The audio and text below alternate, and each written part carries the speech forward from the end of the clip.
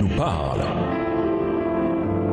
Chaque jour, Charles et Carole vous présentent la leçon de l'école du sabbat.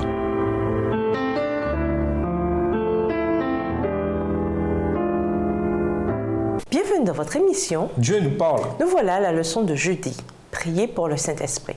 Lisons Éphésiens 3, le verset 16 et Acte 2, le verset 38. Que nous indiquent ces passages sur le fait de recevoir le Saint-Esprit dans nos vies?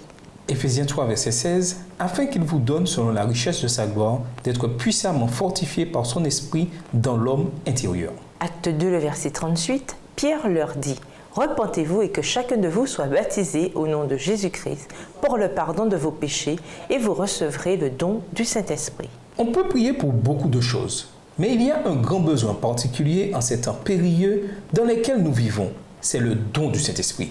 C'est le plus grand don que Jésus pouvait faire.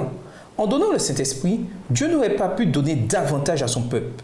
Rien ne pouvait être ajouté à ce don. Après tout, que peut-on ajouter à la divinité elle-même? À travers lui et son œuvre dans nos vies, tous nos besoins sont comblés. La bénédiction du Saint-Esprit entraîne dans son sillage toutes les autres bénédictions. Il y a cependant un obstacle majeur, c'est-à-dire nous-mêmes. Car souvent, nous ne sommes pas préparés à recevoir le Saint-Esprit. Comme du temps de l'Église du Nouveau Testament, nous devons prendre conscience que nous avons d'abord besoin de nous repentir et d'abandonner notre vie pleinement à Jésus. Oui, c'est seulement l'influence du Saint-Esprit qui nous permet de faire cela. Cependant, quand nous répondons à ces sollicitations, la repentance pour le péché constitue les prémices de l'action du Saint-Esprit dans notre vie. Avec humilité et foi, nous devons confesser nos péchés afin qu'ils nous purifient de toute iniquité. Nous devons comprendre combien nous sommes déchus et combien nous avons besoin de Dieu et de sa grâce dans nos vies. Sans lui, nous sommes perdus, morts dans nos péchés et condamnés à la mort éternelle. Ainsi, par nos prières ferventes, nous remplissons les conditions qui permettent à Dieu de nous donner son Saint-Esprit comme il l'a promis. Ainsi, tout ce que nous avons à faire, c'est demander à Dieu et il nous accordera volontiers son esprit. Notre Père céleste est plus disposé à accorder le Saint-Esprit à ceux qui le désirent que des parents terrestres à donner de bonnes choses à leurs enfants. À l'instar des autres choses spirituelles, le don du Saint-Esprit n'est jamais une fin en soi.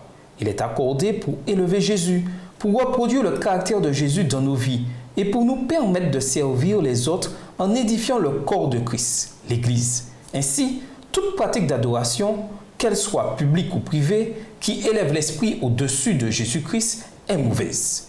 Car c'est par Jésus que nous avons les uns et les autres accès auprès du Père, dans un même esprit.